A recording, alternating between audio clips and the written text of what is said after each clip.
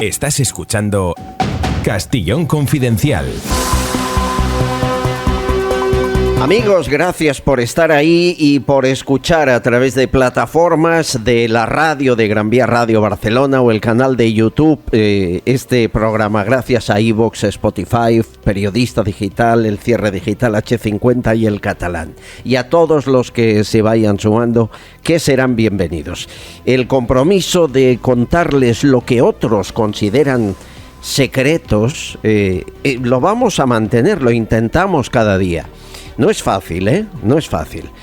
Porque además certificamos que todo lo que aquí se dice es cierto, sino qué valor tendría este podcast, este programa. Miren, ha muerto uno de los grandes jefes del cártel de Cali. Cumplía pena de 30 años de prisión por narcotráfico en una cárcel de Carolina del Norte, en Estados Unidos. De hecho, su hermano también está en otra cárcel americana. ¿Por qué les cuento esto? Porque su historia está directamente ligada a la nuestra, a España, incluso a un líder político de este país, Felipe González. Miguel Ángel Ordóñez, compañero, periodista, escritor, ¿cómo estás? Hola, muy bien, encantado de estar contigo de nuevo. ¿Quién es este jefe del cártel de Cali que ha muerto? ¿Quién es Gilberto Rodríguez Orejuela? Gilberto Rodríguez Orejuela era pues uno de los sangrientos líderes del narcotráfico colombiano, ¿no? Si su homólogo era Pablo Escobar Gaviria y lideraba el cártel de Medellín, Rodríguez Orejuela hacía lo propio con el cártel de Cali. Y bueno, los dos, ahora se está diciendo, desde que murió este 1 de junio, que se anunció la noticia, se estaba diciendo que habían sido enemigos Rodríguez Orejuela y Pablo Escobar. En determinados momentos fueron competidores y hubo rivalidades entre ellos, pero la mayor parte del tiempo fueron muy, muy amigos, socios y sobre todo en los momentos de crisis para ellos. Por lo tanto, estamos hablando de la mano derecha o izquierda de Pablo Escobar. Este hombre que ahora ha muerto del cártel de Cali, alto dirigente, fue detenido en Madrid y pidió la extradición inmediatamente a Estados Unidos, ¿no? Sí, precisamente cuando se le ponen las cosas mal a Pablo Escobar es a raíz de que en el año 84, solo 2 años después de que estuviera en la fiesta de celebración de la primera victoria electoral de Felipe González, en el Hotel Palace de Madrid, que estuvo Pablo Escobar en la misma suite de esa ventana famosa, de ese balcón en el que sale a saludar Pablo. Sí, tenemos la imagen de Felipe González saliendo por una ventana, Hotel Palace de Madrid, cuando acaba de ganar las elecciones por primera vez en su vida. Me estás diciendo que dentro de esa habitación, porque esa imagen es para la historia de España, que dentro de esa habitación, en ese momento estaba el capo del cártel de Cali, Pablo Escobar.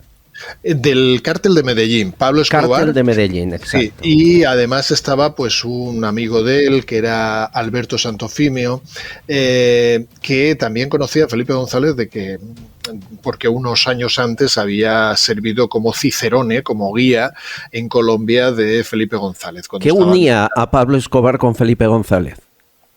Pues el nexo de unión era el famoso Enrique Sarasola Lerchundi, polémico, controversial, muy muy controvertido, que se hizo de oro a la sombra de Felipe González, sin lugar a dudas. Él siempre presumía por ahí de que su apuesta más... a él le gustaban mucho las apuestas en hípicas, sobre todo, ¿no? Y el caballo ganador al que había apostado en esa ocasión y que le había salido una jugada redonda fue Felipe González, ¿no? Y este le dejó hacer, y así se hizo pues de oro, ¿no? Con 1000 pelotazos que dio, no había negocio que se moviese en España vinculado de alguna manera con la anuencia de la administración pública donde no estuviera Enrique Sarasola, desde el tráfico de armas a cualquier otra cosa te puedas imaginar. Y este era muy amigo, socio de Pablo Escobar Gaviria. Por ejemplo, si llega Pablo Escobar Gaviria a esa reunión, a esa celebración el 28 de octubre de 1982, es porque le interesaba a Sarasola llevarse bien con él, porque unos pocos meses después se iba a licitar la construcción del metro de Medellín. Todos sabemos que nada se movía en Medellín sin la anuencia, sin la aprobación de Pablo Escobar. Ese es el vínculo. Pero dime, Escobar, por favor. Pablo Escobar esa noche se mueve ahí como Pedro por su casa. Incluso se rompe en varias ocasiones el círculo de seguridad alrededor de Felipe González para incluso hacer el de anfitrión y presentarle a un periodista colombiano al menos, ¿no?, que se lleva la primicia de una entrevista breve con Felipe González en ese momento. Estamos hablando de la muerte de Gilberto Rodríguez Orejuela, cártel de Cali, Pablo Escobar, cártel de Medellín. Hemos descubierto ya que en esa habitación del Hotel Palace, la foto en la que Alfonso Guerra levanta la mano de Felipe González saliendo por la ventana, dentro de la sala estaba Pablo Escobar. Al final extraditaron a Colombia a este hombre, aunque intentó que no lo hicieran, al precio que fuera. Pero tú aseguras en uno de tus libros que Sarasola aceptó $10 millones en sobornos y que la mitad de ese dinero fue a parar a las manos de Felipe González. Es una acusación muy grave. Eso es lo que afirma el propio Rodríguez Orejuela, además lo dejó por escrito en un libro que escribió su hijo, se llama El hijo del ajedrecista. Rodríguez Orejuela, a Gilberto se le conocía, el alias por el que se le conocía era el ajedrista, el ajedrecista, ¿no?, porque era un poco muy frío a la hora de planificar sus acciones. Pero ya te digo, en 1984, un par de años después de todo esto del Hotel Palace, es cuando a Pablo Escobar lo ponen en problemas, ¿no?, porque manda asesinar al ministro de Justicia colombiano, y entonces pues él mismo se tiene que fugar de Colombia, sale a Nicaragua, y hay 3 personas de su estrecha confianza, que son Gilberto Rodríguez Orejuela, Jorge Luis Ochoa y José Nelson Mata, que viajan a España para refugiarse por aquí y seguir lavando el dinero de los cárteles y a la vez planificar la llegada de drogas. Por entonces el 80% de la cocaína que llegaba a Europa lo hacía por Galicia, y ellos pues tienen vínculo allí con Galicia. Los detienen, como tú bien dices, únicamente a Ochoa y a Gilberto Rodríguez Orejuela. Sí. Y desde un primer momento las autoridades estadounidenses presionan para que los extraditen a Estados Unidos. El gobierno de Felipe González se hace el remolón. ¿Por qué se hace el remolón? Está visto y comprobado que hubo una negociación entablada entre Pablo Escobar Gaviria de un lado y Enrique Sarasola como interlocutor, y entre ellos se ponen de acuerdo para frenar esa extradición. Esto lo dicen no solo los propios narcos que luego fueron extraditados a Colombia, sino testigos de excepción, como por ejemplo Virginia Vallejo, la famosa periodista que fue amante de Pablo Escobar. Una película, efectivamente. Efectivamente, amando a Pablo. Esto lo cuenta. Al final lo que consiguen es que Felipe González se niega a la extradición a Estados Unidos, pero sí que se concede la extradición a Colombia. Y se hace por un delito menor, algo relacionado con trasiego de ganado, y a los pocos meses estaban en la cárcel. A los pocos meses estaban en la calle. Sí, ya estaban en la calle. ¿Cobró esos $5 millones Felipe González? Lo que cuenta Rodrigo Orejuela es eso, salió publicado, el libro está ahí. Lo extraño de todo esto, Miguel Ángel, yo puedo entender que en aquel momento Pablo Escobar no era el narco que fue después, cuando la fotografía del hotel. Pero no te equivoques. ¿Ya lo era? Ya lo era. Era archiconocido por dedicarse al narcotráfico, y por eso lo habían expulsado de un partido por el que pretendía llegar a ser diputado. No, la pregunta que te debo hacer es la que estarán pensando muchos oyentes. ¿Se financió el PSOE de aquella época con dinero de Pablo Escobar, del cártel de Medellín?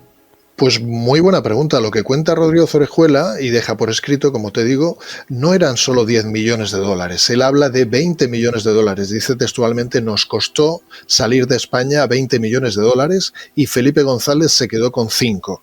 Y luego dice, los emisarios de Felipe González insistieron en que las elecciones estaban cerca y necesitaban el dinero, y por eso autorizaron la entrega. ¿Quién dice eso?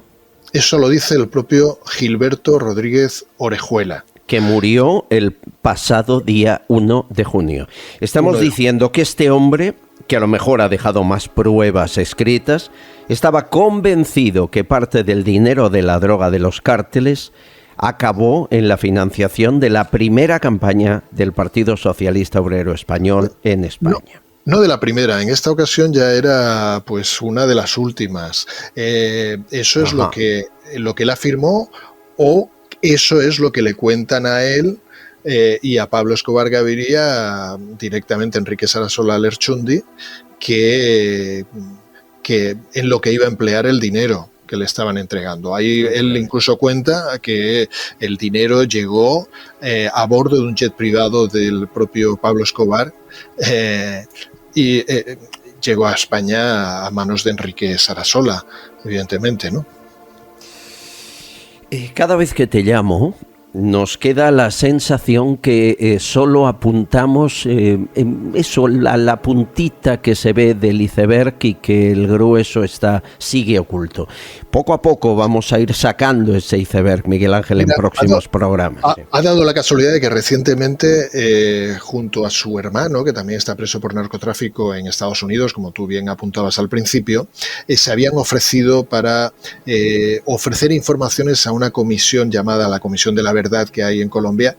Ellos estaban dispuestos a hablar de hasta dónde había llegado la infiltración del narcotráfico en la política en aquellos años que ellos dirigían el cártel de Cali y Pablo Escobar Gaviria el de Medellín.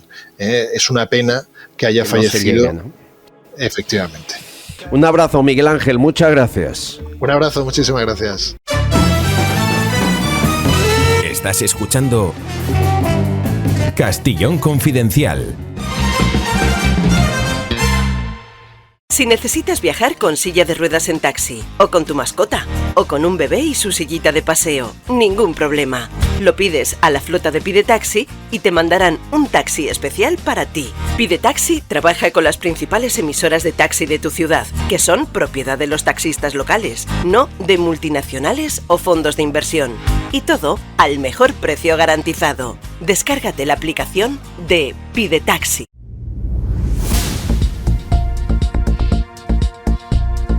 Miren, hemos descubierto varias cosas. Una de ellas, que Más Madrid Errejón creó su convocatoria a las elecciones del 2019 falseando el acta notarial. Falseando hasta las firmas del acta notarial para crear su partido. Que Más Madrid imponía a sus cargos donaciones ilegales del 10% y una carta enviada a cada cargo lo demuestra. Lo que debería ser voluntario era una imposición. Y hemos descubierto que el juez García Castellón ha ordenado a la Policía Nacional, a la UDEF, rastrear las cuentas de Monedero y Carolina Vescanza para averiguar posible financiación de Podemos desde Venezuela. No es la primera ni la tercera vez. ¿Qué ha cambiado? Pues que un testigo, Hugo Carvajal, el famoso narco detenido y extraditado, asegura que Monedero recibía maletines con dinero en el Hotel Meliá de Caracas, no una vez, durante años. Necesitamos saber qué hay de cierto en esto.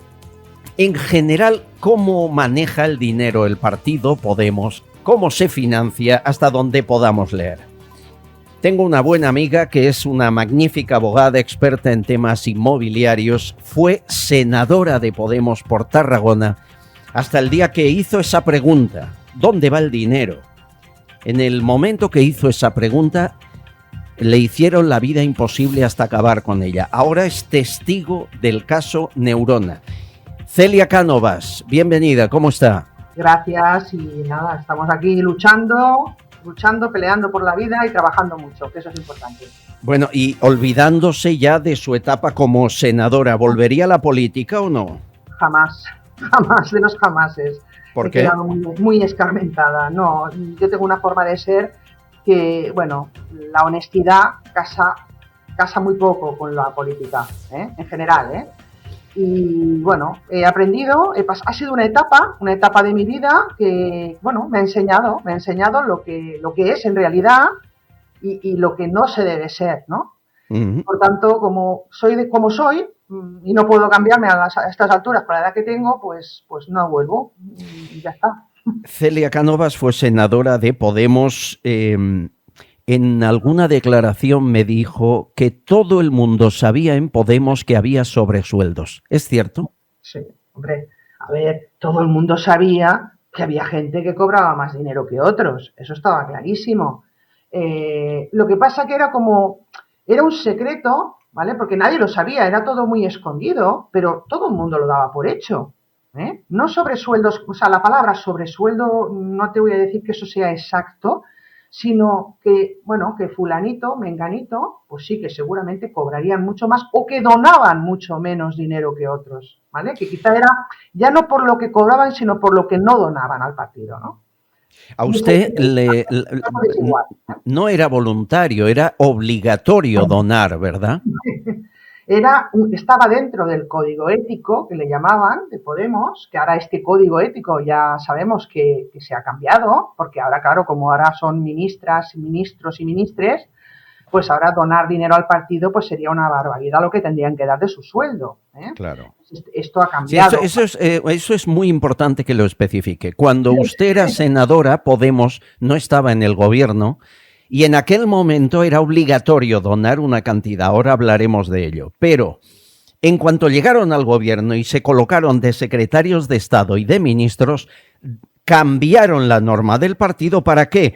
Para no dar ni un euro, ni Pablo Iglesias, ni Irene Montero, ni Yone Belarra, ni todos los que van detrás. Claro, es decir, el partido Podemos es una propiedad privada, ¿no? Trabaja como tal. Total. Bueno, yo ya me harté de denunciar esto a través mío personalmente y a través de otro compañero muy luchador, que bueno, hablo compañero porque es un amigo, ¿vale? Que también ha luchado muchísimo por todas estas injusticias, ¿no? Y ver cómo elección tras elección o cuando se celebraban las asambleas, cómo el grupo ganador, el del grupo de Pablo Iglesias o de Irene Montero, que siempre se lo montaban para ganar todas las elecciones, naturalmente porque no hay lista que los pudiera superar, cada elección, cada asamblea, pues se lo montaban para crear la normativa correspondiente para adaptarse a la situación de ese momento, ¿vale? Es decir, en Podemos lo que se caracteriza es que los estatutos y toda la normativa interna del partido ha ido en constante cambio, constante. Lo que antes era blanco, ahora es negro. Ahora es negro según intereses, ¿no? Según los intereses de los que dirigen el partido. ¿Y dónde iba ese dinero? Es decir, usted un día dona porque la obligan 3.000 euros y recibe un certificado como si hubiese donado 5.000. Y cuando se pone a preguntar dónde va ese dinero, empieza el acoso y derribo contra usted para que se vaya del partido. No, bueno, ¿dónde va ese dinero? El dinero realmente yo no lo sé. A mí nadie nos ha explicado jamás dónde iban nuestras donaciones. Nunca.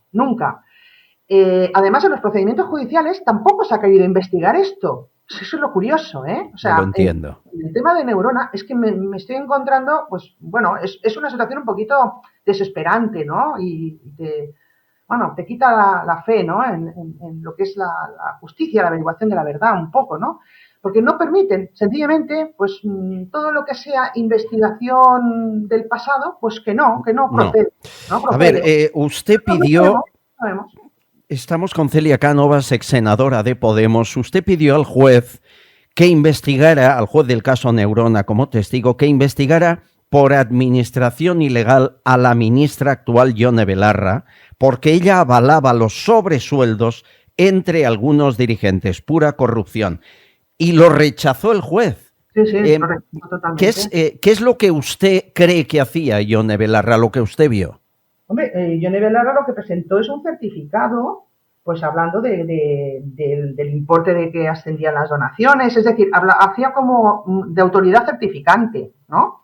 Entonces yo quería que esta señora viniese al juzgado pues a explicarlo todo, o sea, si certificaba que se acordó dar este dinero a la entidad esta, a la asociación esta 404, desde Podemos, para no sé qué, con qué finalidad, oiga, pues venga usted al juzgado y explíquelo, porque Claro. es un dinero que sale del partido sin que hasta la fecha sepamos por qué se daba esta asociación y no se daba, yo qué sé, a la Asociación de Mujeres Maltratadas de la zona, por ejemplo, ¿no? O sea, a ver, no lo sé. Entonces, esta Es señora, muy curioso porque toda la gente que manejaba el dinero en el partido han sido ascendidos a ministros.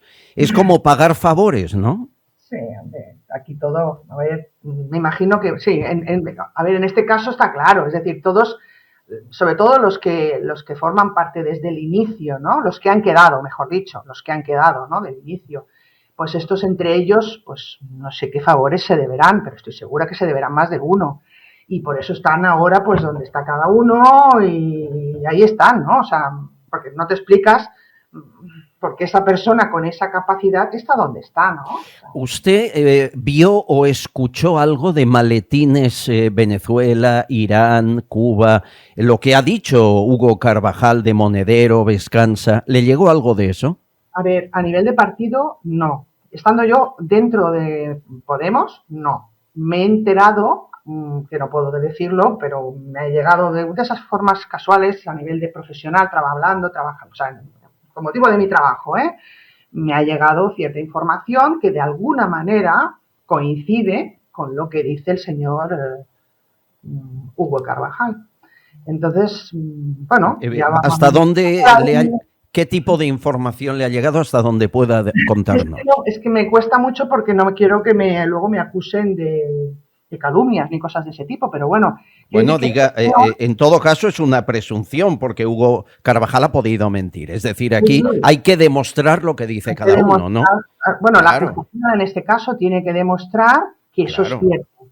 O sea, la acusación tiene que demostrar, porque en España tenemos el principio de presunción. Claro, usted es abogada y sabe de qué hablamos. Pero claro, lo que le han contado que tendrá que demostrar la justicia, ¿por dónde va? Pues va por ahí, va por lo que el señor Carvajal ha dicho. Es decir, no, es que, ya te digo, ha sido una persona que me encontré por casualidades, insisto, a nivel profesional, y salió el asunto comentado y me comentó. ¿Me habla de maletines de Monedero en el Hotel Meliá de Caracas? No maletines, la palabra maletines no, pero sí cheques.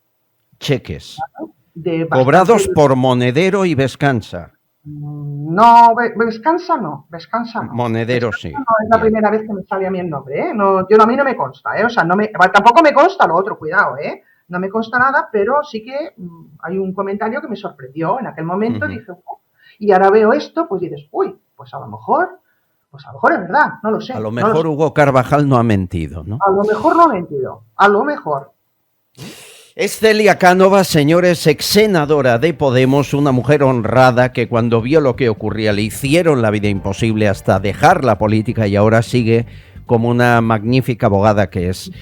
Hablaremos en próximos programas, Celia, y gracias por contar lo que no debería existir jamás en ningún partido, pero menos en los que venían a limpiar la democracia, ¿verdad? Y a evitar la casta, que se han convertido en la peor de las castas de la política. Ayer justamente, y con esto no termino, no quisiera tampoco ocupar todo el tiempo, pero me llamó la atención ver que yo ahora últimamente no veo mucho las noticias, la verdad, porque son bastante desagradables, pero vi por la televisión al Garzón, ministro Garzón, hablando de la OTAN, tanto que ellos decían que estaban luchando. Es que esto me ha hecho mucha gracia. Entonces dices, pero qué sinvergüenzas, ¿no? O sea, dices, ¿cómo pueden decir lo que dicen ahora? Después de todas las manifestaciones, después de ponerse coletas, de ir con camisetas, de ponerse... A mí me decían, cuidado, quítate el bolso este que es muy bueno y ponte otro, que no vayas con ese bolso a la manifestación. Y luego los ves que están...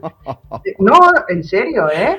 Y entonces los ves ahí en sus carteras ministeriales diciendo lo que dicen, diciendo que, que puede haber discrepancias en un gobierno, que no pasa nada. Ostras, dices, pero qué hipócritas que sois, por favor. En fin, yo lo siento, pero digo lo que pienso y creo que mucha gente compartirá conmigo lo que digo, ¿no? Sin duda. Un abrazo fuerte, Celia Cánovas. Gracias por su sinceridad. Un abrazo. Muchísimas gracias a vosotros, encantada. Si te gusta el programa, suscríbete a nuestro canal de YouTube y todas nuestras redes sociales. Es totalmente gratuito y contigo creceremos más.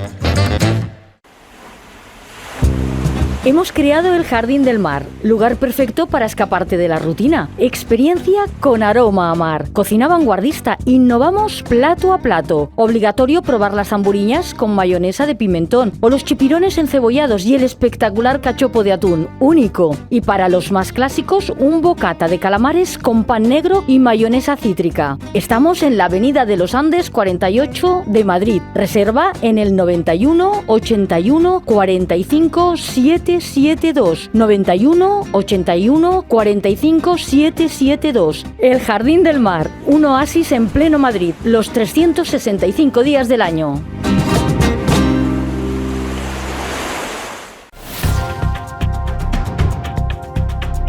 Tenemos datos del portal de transparencia de Radio Televisión Española de cuánto gastaron los sindicatos en dietas. ¿Están sentados? Mejor. Los años del COVID, año 2020, en dietas, los sindicatos de Radio Televisión Española se gastaron 177.536 euros. Mientras usted y yo estábamos confinados la mitad del año, ellos estaban confinados, pero digo yo que pedirían marisco a la carta o algún envío de material caro a sus casas. En el año 2021, con cierta apertura, pero todavía con restricciones, los sindicatos de Radio Televisión Española gastaron en dietas más todavía, 212.537 euros. Es decir, en los 2 años de pandemia, 400.000 euros en dietas. En dietas, los sindicatos. Primera pregunta que me hice, ¿cuántos son los liberados sindicales del ente público? Bueno, pues son 20 personas. En el año 2020, 20 liberados sindicales. ¿En qué se las gastaron? En el portal de transparencia aparece un poco el detalle. Manutención, que entiendo yo que es comida, ¿no? UGT 61.000, comisiones más o menos lo mismo, y en el año siguiente 76.000, en el 21. Medios de transporte, en el 2020 81.000, en el 21 84.000. No han cogido el metro en su vida, con este precio fijo que van con el transporte más caro o el alquiler de vehículos. Alojamiento. Año 2020, 35.000 euros. Año 2021, 50.000 euros de alojamiento. De alojamiento, Las cifras son tan brutales. Lo que se gasta uno de estos sindicatos en alojamiento es lo que gana un diputado base de sueldo, al año. Quien más gastó en dietas también están todos los sindicatos en Radio Televisión Española. Pero el que más gastó fue la UGT, la Unión General de Trabajadores. De esos 400.000 se llevó 137.000 en dietas. En segundo lugar, el Sindicato Independiente, 124.200. Y en tercer lugar, Comisiones Obreras, con 104.000 euros. Hemos echado la vista atrás por si acaso ocurrió algo en los años de pandemia que justificara un cargo tan caro en dietas. Pues no, miren, en el año 2019, aunque no se habló de ello, se gastaron lo mismo, de hecho un poquito más, 440.000 euros en dietas. Es decir, los sindicatos del ente público se gastan siempre en dietas casi 500.000 euros al año. Los amigos de Voz Populi han preguntado a UGT, y dicen que es que tenía muchas reuniones y muchos viajes que hacer. Nosotros hemos ido más allá y le hemos pedido al diputado del Grupo Mixto, Pablo Cambronero, que lo pregunte al Gobierno en el Congreso de los Diputados. Pablo, hola. Hola, muy buenas, Albert. Encantado de nuevo de estar contigo en tu espacio de periodismo e investigación, que tan buena información nos está dando sobre lo que está haciendo el Gobierno, sobre todo, y en qué se está gastando nuestro dinero. En este caso, hablamos de las dietas que se han gastado los representantes sindicales de Radio Televisión Española. Radio Televisión Española, que además tiene el número más alto de trabajadores y tiene el número más bajo de espectadores, lo cual es llamativo. Hablamos de unas dietas millonarias que tenemos que preguntar por ellas, queremos que nos lo aclaren y también saber si hay algún tipo de irregularidad en ello, y también para que el ciudadano conozca en qué se gastan el dinero nuestros sindicatos y nuestros sindicalistas, que tan poco hacen por nosotros.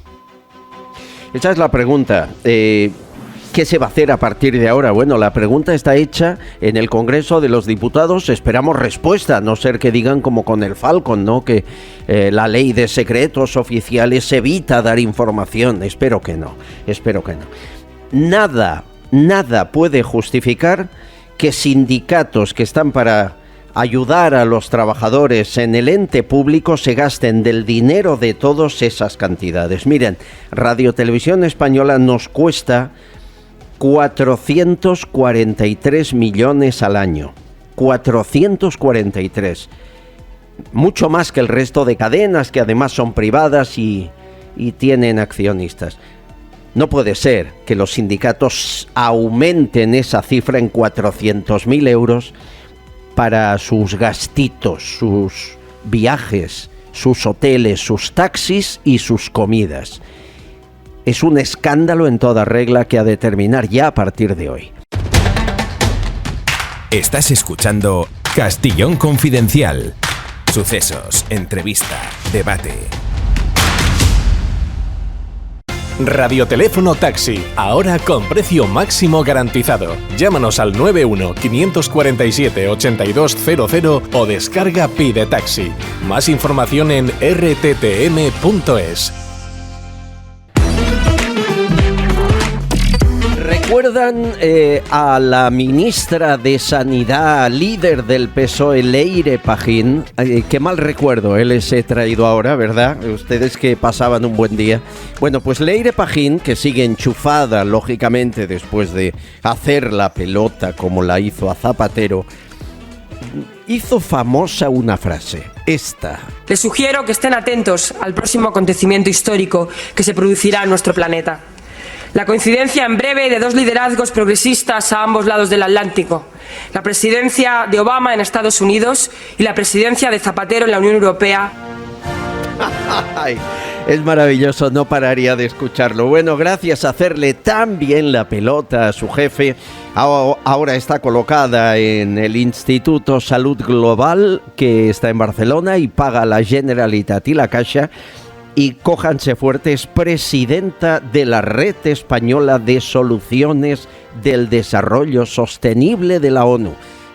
¿Qué hace? Nada, pero está colocada ahí, es perfecto. Lo digo, ¿por qué les traigo yo el mal recuerdo de Leire Pagín? Bueno, porque hemos vuelto a esta conjunción interplanetaria. Sí, en las últimas horas. Isabel Rodríguez, portavoz del Gobierno. Precisamente el primer asunto que les voy a relacionar tiene que ver con la seguridad de nuestro país. Es una cuestión de nomenclatura, pero tiene el trasfondo de una apuesta estratégica de este Gobierno por una industria importante como es la industria aeroespacial. Lo que hacemos es pasar la denominación del Ejército del Aire a denominarse Ejército del Aire y del Espacio. Se trata de hacer más visible el esfuerzo que estamos haciendo desde el Gobierno por adaptar todos los dispositivos y, en este caso, la defensa de nuestro país a una nueva realidad, a los nuevos desafíos que tenemos ante nosotros. Ya la estrategia de seguridad nacional, señores, se refería tras a la necesidad 83 años, el Ejército del Aire cambia de nombre por órdenes de Zapatero. Lógicamente, Margarita Robles, que ya no sirve para tener opinión propia, está bajo tierra intentando no dar la cara a este espectáculo. 83 años. Y el Ejército del Aire ahora se llama del Aire y del Espacio.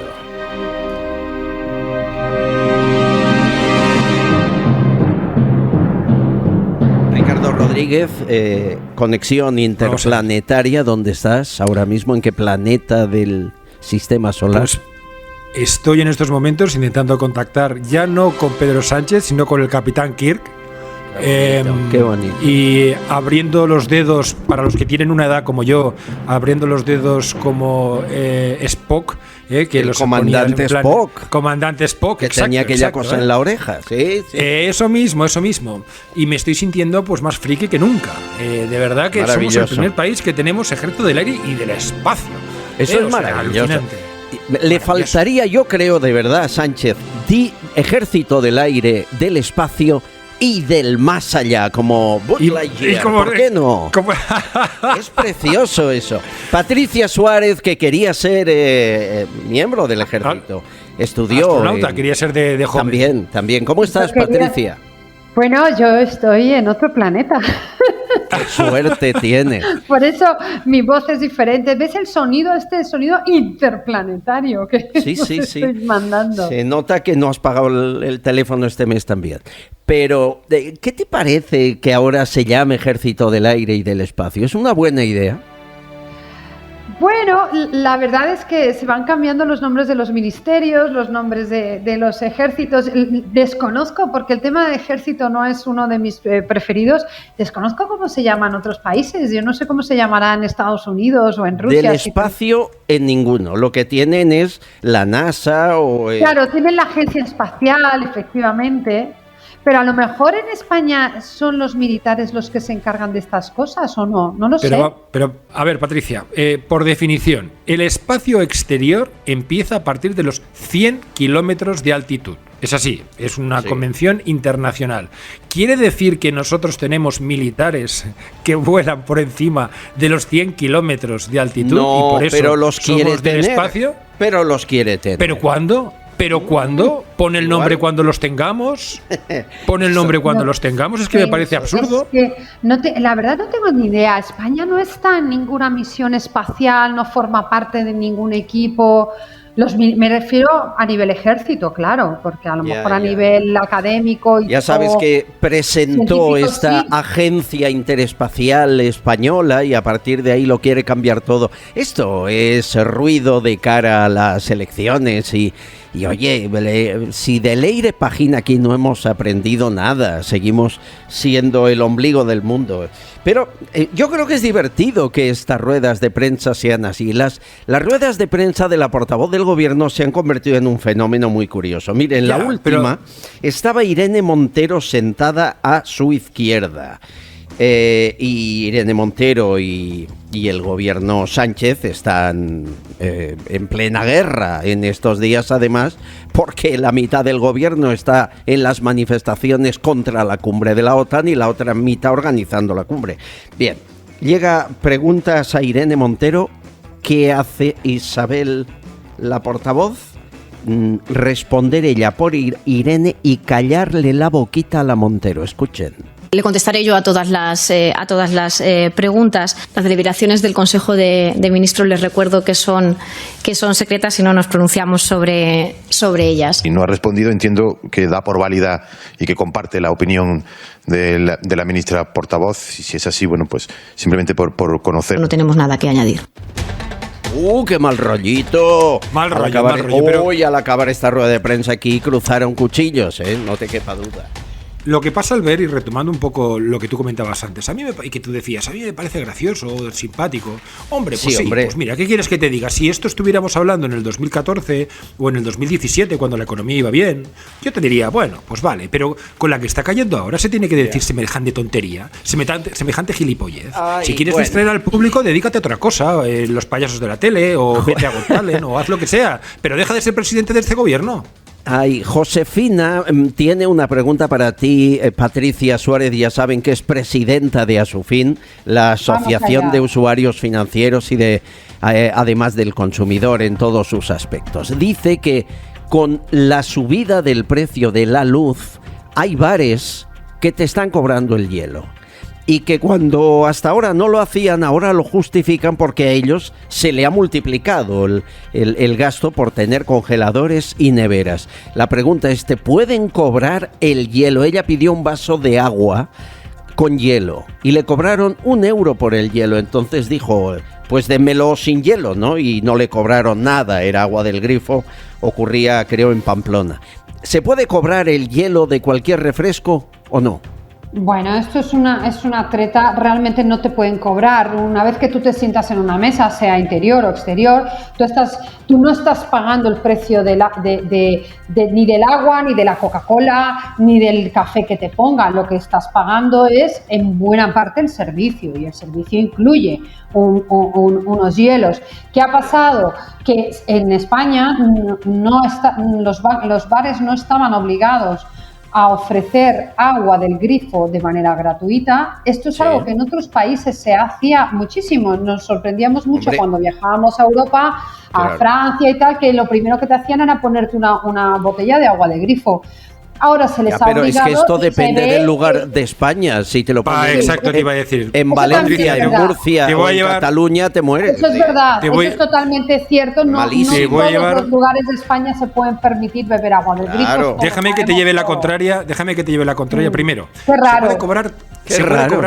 Se puede cobrar todo lo que uno quiera. Lo único que te dice la ley de comercio es que esté especificado en algún sitio. Es decir, que previo tú a pedir ese producto tengas la información suficiente. Si en la carta pone que se cobrará el hielo, el restaurador puede hacerlo. Eso es la única cosa. Lo que no pueden es darte un servicio nuevo a un precio nuevo sin avisarlo. Segunda cosa. También lo entendería con el aumento de energías, insisto. Que en España no se pone agua gratis. Yo te diría, en el sur no te dan un café sin un vaso de agua. Esto, vaya, depende del lugar. Si has ido a Sevilla, a Málaga, a Cádiz, a Granada, donde sea, tú pides el cafelito y te ponen el vaso de agua, aunque no lo pidas. Quiere decir que siempre te lo ponen. O sea que no. Es una cuestión de que el que se queje, se quejará si previamente no le han informado de ese servicio costaba eso. Si es así, tiene toda la razón. Si no, se lo pueden cobrar. Tengo tantas preguntas que haceros y los oyentes tienen algunas más, pero hemos de analizar, tú eres economista, Ricardo, analicemos qué ha ocurrido con el plan de recuperación que puso en marcha, que presentó en Consejo de Ministros este pasado sábado Pedro Sánchez. Ya sabemos cuáles son las normas básicas, lo de los 200 euros, pero claro, me he mirado, los 200 euros los paga alguien que no tenga ingreso ninguno, que no cobre el paro, que nadie trabaje. Vamos, las condiciones son para que los cobren los más desfavorecidos entre los desfavorecidos. Me parece muy difícil.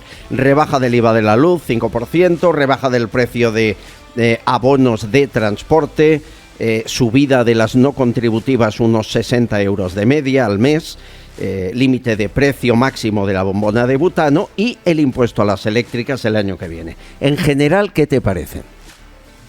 Con la que está cayendo estas medidas y nada es lo mismo. Tú has dado la clave en un par de temas. Lo de los 200 euros, el titular es 200 euros para los más desfavorecidos, pero luego empiezas a leer la letra pequeña, que entre todos los los intervinientes no tengan ingresos por más de 14.000 euros o no tengan patrimonio por encima de 43.000. Como haya dos que tengan coche, ya le hemos fastidiado, y ya tenemos más de 43. Quiero decir, al final, esto, o por ejemplo, que no esté recibiendo ningún tipo de pensión, sea de lo que sea. Es decir, una pensionista que esté pasándolo mal, pues no va a poder recibir estos 200 euros. Al final hay tantos peros. La gran medida, mantener las mascarillas al 4%, pero vamos a ver si ahora se ha reducido el coste de la compra, perdona, no el coste, sino la compra de las mascarillas en un 90%. ¿Qué medida es esta? O mantener que la seguridad social de 3 sectores, que son el de la pesca, el agrario y el de transportes, les han dejado la prórroga hasta el mes de septiembre. Al final, nada, Albert, nada. ¿Tú crees que es mucho humo y poca realidad? Sí, Patricia, sobre todo igual con lo que o está no. cayendo, Pues a ver, yo estoy bastante de acuerdo con Ricardo. Por un lado, las medidas son insuficientes. Por otro, además, la aplicación de las medidas no son inmediatas, con lo cual no vamos a ver los cambios inmediatamente. Hay medidas que empiezan a aplicarse en septiembre, otras en enero del año que viene. Es decir, se van a aplicar tarde y, por tanto, dejaremos que la bola de nieve se vaya haciendo cada vez más gorda. Para mí es muy, muy difícil. Yo no soy economista, yo no sé qué se debería hacer, pero lo que sí que tengo claro es que me parece poco y sobre todo con una gradualidad en la aplicación que la va a hacer bastante ineficiente. Ya. Tú no eres economista, pero tienes amigos. Y hoy te voy a tirar de la lengua para que me hables de alguno de tus amigos. No te cuento más todavía. Primero, quiero que escuchen, porque Sánchez concedió una entrevista posterior a la rueda de prensa, en la que dice que su gobierno es víctima de una conspiración. A ver, si yo no recuerdo mal, Ricardo, el acercamiento de Pedro Sánchez a las empresas del IBEX es total. Ha celebrado infinidad de reuniones con ellos, hay buena sintonía. De hecho, las empresas del IBEX quieren a Sánchez porque en la otra parte del gobierno es Podemos con la que no pueden hablar, ¿no? Bien, pues sí. A pesar de ello, Sánchez dice que no, que hay una conspiración contra él. Escuchen. Gobierno al que se le golpea mucho. Este gobierno de coalición progresista se le golpea mucho, porque somos un gobierno incómodo, porque nunca olvidamos para quién gobernamos y sabemos muy bien quiénes son los que no quieren que se cambien sus privilegios y que esos privilegios se vean alterados. Con lo cual, creo que es oportuno abrir el debate y hacer políticas que, como he dicho antes, planteen un reparto justo de las cargas de los costes de la guerra y del alza de los precios de la energía. Este es el gobierno que abrió por primera vez el debate en Europa sobre los beneficios caídos del cielo. Está diciendo que es incómodo para empresas del IBEX, para grandes economías del país, tira hacia las eléctricas, apunta hacia ellas y que por lo tanto ellos manejan medios para acabar con este gobierno. Patricia, ¿tú crees que hay algo de eso? Parece más bien que estuviera defendiendo a la otra mitad del gobierno, ¿no? Porque realmente es verdad que las medidas más criticadas han sido las que han venido apuntadas por el equipo de Podemos. Entonces pareciera que estuviera asumiendo esa parte, porque realmente yo estoy contigo. O sea, el IBEX entre Sánchez y Podemos, pues obviamente prefiere a Sánchez, es que es lógico. Sí, pero, evidente. Patricia, pero fíjate una cosa, el estilo de Sánchez siempre es el mismo. Yo cargo contra ti 6 meses antes de que al final acabe no haciéndote nada. Es decir, yo me cubro delante de mi electorado y digo que las eléctricas van contra mí y ya verás tú como la medida de la subida de impuestos de principios de año al final no va a ser prácticamente nada. O encontrarán un mecanismo igual que el que han encontrado ahora con el gas, que es que lo acabamos pagando el cliente final. Sánchez no tiene ni el valor ni los arrojos para meterse con que se tiene que meter. Entre otros motivos, otras razones, porque tampoco tiene claro por qué tiene que meterse con ellos. Cuando habla de que les han subido los beneficios un porcentaje, habla de oídas, habla de tirón, porque cuando aterriza un técnico y te dice, oye, pues mira, esto puede haber subido por aquí, pero baja por aquí, te das cuenta que la realidad es muy diferente. Yo creo que este gobierno no es incómodo, es no operativo y es no eficaz, y podemos decir muchísimas cosas, pero que es incómodo, bueno, sí, incómodo para los ciudadanos, que nos está agobiando y ahogando. Vamos a los amigos o conocidos de Patricia. A ver, Patricia, no te pongas nerviosa. Sí, me pongo nerviosa. No, porque ya sabes por dónde voy, ¿verdad? A ver, Teresa Rivera, vicepresidenta, tercera ministra del Gobierno. Es la encargada de la regulación energética. ¿Quién ha de controlar que haga bien la regulación energética, Teresa Rivera? La Comisión Nacional del Mercados y de la Competencia. ¿Quién es el consejero de la CNMC? El marido de Teresa Rivera, Mariano Bacigalupo. Es decir, el marido ha de controlar, ha de supervisar que la regulación energética de su mujer, de la ministra, esté bien hecho. ¿Cómo no va a estar bien hecho si es su esposa? ¿No te suena mal esto? Lo digo porque tú conoces la pareja. ha sido muy, muy criticado. Tengo que decir que los dos, nos gusten o no las decisiones de la ministra, técnicamente los dos son muy buenos. Otra cosa es que estemos viviendo una crisis energética mundial. Y también tengo que decir que Mariano Bacigalupo ya era consejero cuando se nombró a la ministra. Sí, entonces, es verdad. Probablemente ahí uno cabría preguntarse si no debería haber dimitido de ese puesto o si debería abstenerse y pasar a la sección de competencia, porque sabes que el Consejo tiene la parte sectorial y la parte de competencia. El problema es que si se pasa a la parte de competencia, él no es experto en competencia, él es experto en energía. Entonces se perdía todo el sentido de por qué fue nombrado. Ha habido mucha polémica con esto, fue aprobado, realmente...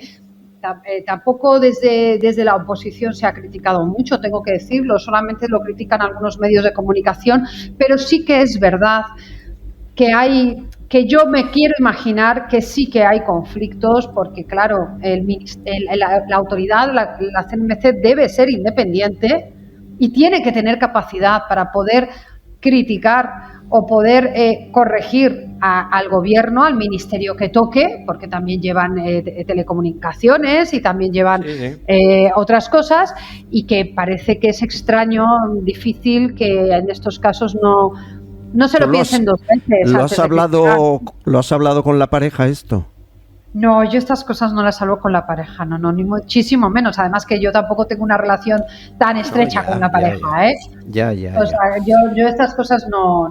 Es curioso porque esta información tiene razón. La mayoría de medios la han pasado por encima sin darle mayor importancia. Sin entrar a valorar, porque no conozco el tema en profundidad en cuanto a si están comportándose de manera ética o no ética, porque no conozco los detalles, a mí se me ve feo. Yo creo que si es así, como dice Patricia, tenía que haber sido, él era consejero antes, pues en el momento que ella la nombra ministra o la proponen como ministra, se sientan los dos en el matrimonio y toman una decisión. O tú dejas de ser consejero o yo digo que no a ser ministro. Es que sería lo lógico. Pero yo creo que eso sería lo lógico. Eso sería lo lógico. Qué mejor con este calor de verano que hidratarse bien. Conseguir beber agua sana, pura, con sales minerales que pierde el organismo con el esfuerzo, el deporte, el sudor. Así es Vichy Catalán, posiblemente el mejor agua del mundo. Agua con gas que nace así del fondo de la tierra. El humano hace muy poco más que embotellarla. Desde hace más de 100 años. Con facultades y propiedades para la salud. Por ejemplo, reduce el colesterol malo, evita la osteoporosis. Así es, combate la acidez de estómago. Informes médicos publicados en la página vichycatalan.es. Y ahora en verano la hay con sabores. A frutas, extracto de fruta natural y siempre 0% calorías. Que sea tu refresco de verano Vichy Catalán.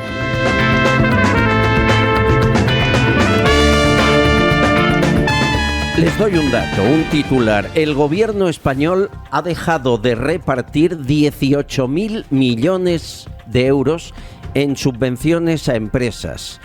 El 60% de lo que nos dio la Unión Europea, los famosos fondos Next Generation, no se han gastado. ¿Por qué? Porque la convocatoria estaba mal diseñada, porque no se enteró nadie, porque los requisitos eran muy exigentes, porque el plazo era muy corto. ¿Quién recibió de empresas, incluyo en eso autónomos, algún tipo de ayuda? El 33% de españoles. El resto, la gran mayoría, ni un euro. Ricardo, llevas denunciando esto meses aquí. Meses. Yo, desde la primera transferencia que hizo Europa, que fue en septiembre del año pasado, de 9.000 millones de euros, y que la complementó con otras de 19.400 en el mes de diciembre del año pasado también, yo que estoy en contacto con el tejido empresarial, todos me comentan lo mismo, la imposibilidad de llegar a estas ayudas. Primero porque no hay convocatorias para llegar. La primera, así un poco grande, está siendo lo del kit digital, pero que ya un día hablaremos.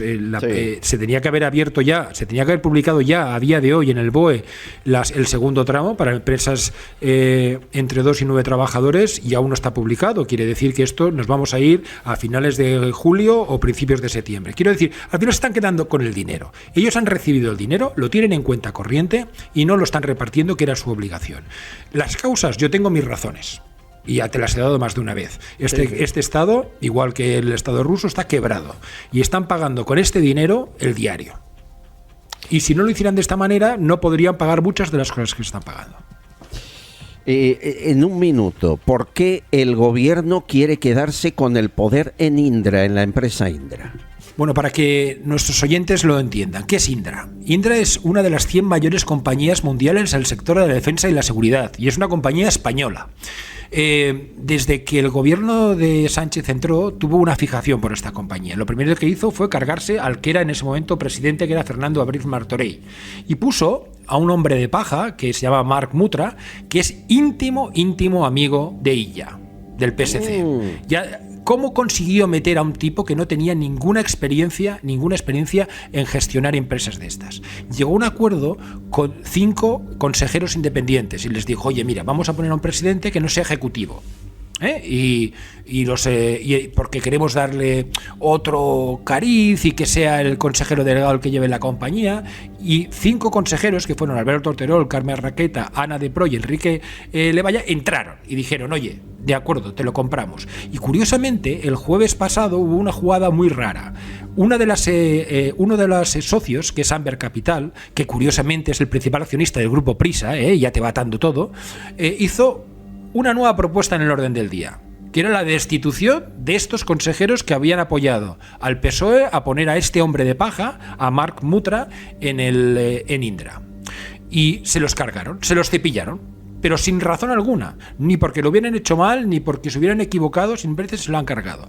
Lo que quiere el Partido Socialista, y sabe que controlar la mayor empresa de seguridad española y una de las 100 más importantes a nivel mundial, le supone tener el control de la información, el control de la información. Indra es una caja de Pandora bien llevada. Puedes hacer muchísimas cosas con la tecnología que tiene, y está presente en más de 60 países. Cuidadín, es una de las grandes aliadas de los servicios de inteligencia, no solamente españoles, sino de otros países. Por todo eso, el PSOE quiere hacerse con el control de Indra, y lo que hizo el jueves pasado fue un auténtico golpe de mano. No voy a decir golpe de Estado, sino golpe de mano. ¿Estás diciendo que Sánchez está manejando Indra para que acabe en manos de Prisa? Sí, y no solo de Prisa, sino de Prisa, de Sapa Placencia, que es otra empresa controlada también por gente muy afín al Partido Socialista, y por que es clarísima, que es la SEPI, que está controlada por el Ministerio de Hacienda. Ay, Patricia, qué miedo me dan estas informaciones. Pero si te fijas, estas cosas pasan en todos los gobiernos. Acuérdate aquella OPA que hubo y que al final, por pitos o por flautas, a nivel energético se quedó la Compañía Nacional Italiana de Energía, se quedó con nuestra Endesa, ¿no? O sea, que hay unas movidas, a todos los gobiernos les pasa alguna de estas y es lamentable. Sí, pero Patricia, pensemos que Indra, de verdad, aquella fue gorda, pero aquella era gorda económicamente. Estamos hablando de una de las 100 principales compañías de seguridad del mundo, de tecnología y seguridad del mundo. Cuidado. A mí lo que me ha dado más miedo es tu frase final, porque así controla la información. Este gobierno está obsesionado en controlar la información, lleva tiempo, cree que quien controla la información controla el poder. Ya creó un algoritmo, ¿recuerdan?, que saltaba cada vez que se hablaba mal del gobierno. Ese algoritmo está funcionando, ¿no? Ya ven ustedes qué tontería gastar el dinero público en eso. Pero bueno, Patricia Suárez, un placer. Muchísimas gracias. Suerte a su fin. Un abrazo enorme a todos vosotros. Un beso. Gracias, Ricardo Rodríguez. Un abrazo increíble. Un abrazo. Estás escuchando Castellón Confidencial. Sucesos, entrevista, debate.